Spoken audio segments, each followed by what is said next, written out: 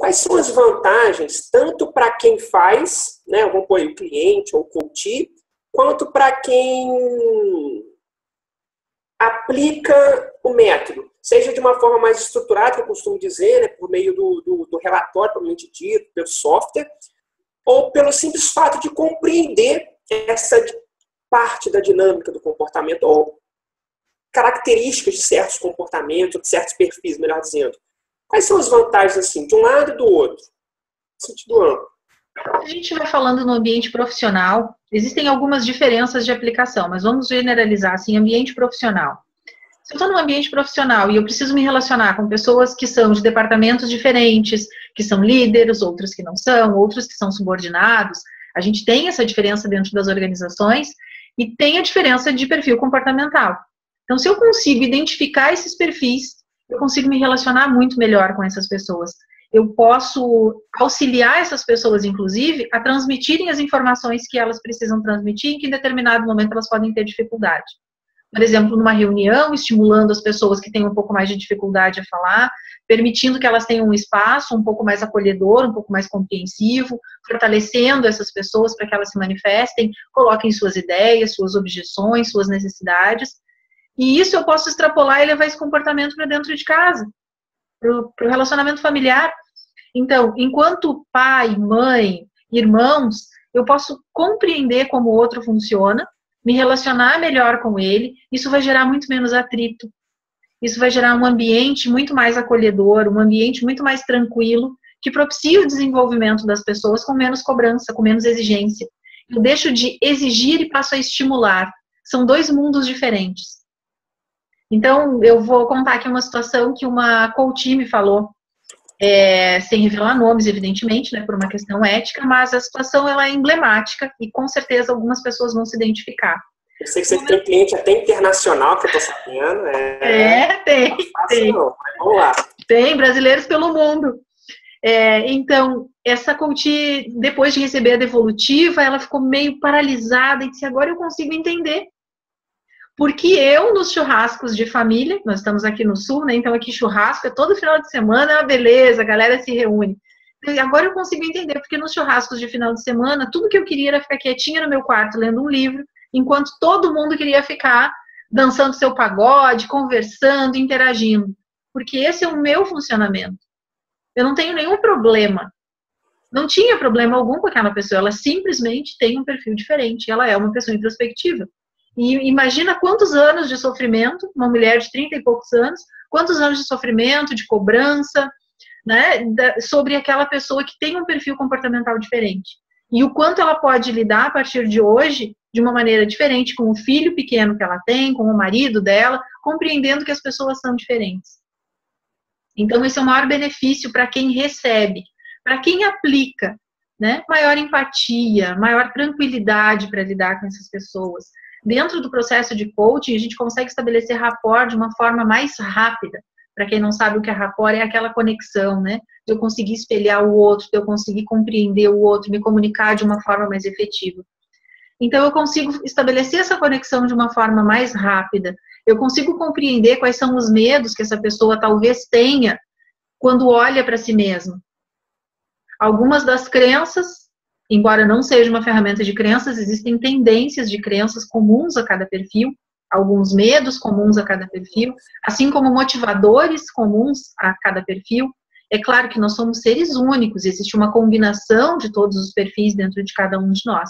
Mas quando eu tenho essa compreensão, eu começo a entender um pouco melhor como aquela pessoa funciona e eu desenvolvo a escuta ativa, a observação sem julgamento. E isso me proporciona um relacionamento de mais qualidade e maior tranquilidade. Nossa, que bacana. De fato, penso que a grande maioria busca isso, né? Saber como se motivar, né? Levando em consideração que o componente interno tem uma contribuição muito grande em termos de motivação, embora o ambiente também tenha outras fontes de motivação, né? Tem um autor que fala sobre isso. E essa questão de sabotador, numa ideia geral, né? Sabotador seja no sentido de crença, de percepção, pensamentos automáticos, enfim, um tema que me interessa muito.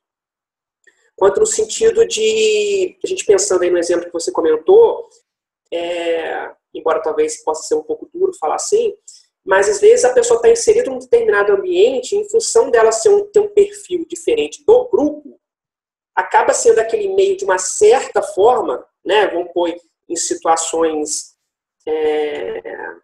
comuns, vamos dizer assim, né, sem intervenção nenhuma, que seja de compreensão, um tipo de barreira, um tipo de sabotador, né, porque a pessoa acaba achando que naquele ambiente, naquele momento, dependendo do grau de convívio, está completamente errada, né, e gera aí, acredito, problemas sérios de saúde ao longo do tempo, né, psicológico, emocional, de autoestima, principalmente. E então começa, de fato, a ficar cada vez mais evidente, é evidente, né, essa importância de conhecer sobre o comportamento e aplicar, sobretudo aplicar, né, nos nossos relacionamentos de uma forma geral. Que interessante, Jaque, que interessante. Tem algum outro caso, Jaque, que você queira relatar, assim, evidentemente, sem citar nome, de algo que chama muita atenção, fiquei curioso, é interessante. Algum outro, para a gente, né, ter uma noção ainda maior do universo, né, e da importância da metodologia da análise comportamental e do DISC. Uhum. Outra situação que é muito comum da gente identificar nas devolutivas é o quanto há essa luta para se perceber e se aceitar. É uma luta muito forte. Então, alguns perfis têm uma tendência maior a rejeitar seu perfil, porque socialmente são vistos mais os pontos negativos daquele perfil do que os positivos. Então, por exemplo, quem tem um perfil dominante, geralmente é taxado como agressivo, como uma pessoa que não respeita o espaço do outro.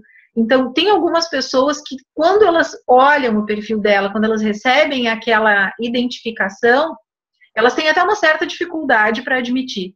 Não, eu não sou assim, eu não funciono desse jeito. E com o tempo elas vão percebendo que sim, elas sabem que elas funcionam dessa forma, mas elas têm dificuldade justamente por esses rótulos sociais que são colocados. E justamente são esses rótulos que reforçam ainda mais o lado negativo desse perfil. Porque a agressividade, ela pode ser, dependendo do nível e do limite que ela tiver, ela pode ser necessária, né? Mas tem um lado que é negativo, que é eu não preciso discutir com as pessoas para chegar a um consenso. Na verdade, através da discussão eu não chego num consenso. Vou chegar numa resolução que pode não ser boa para os dois lados. Então, um perfil mais conciliador talvez seja interessante. Então, quando eu consigo perceber em mim essas características, eu consigo navegar melhor entre esses comportamentos, sem me violentar.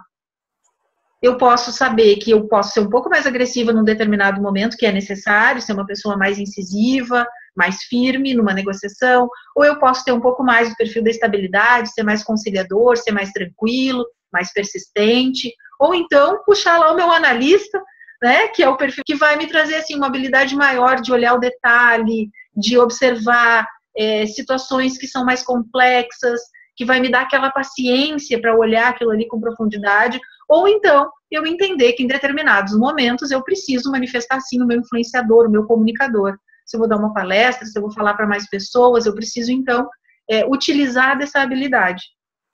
Como é que eu vou utilizar? Se eu sei que eu tenho, eu brinco, né, que é uma caixinha de ferramentas.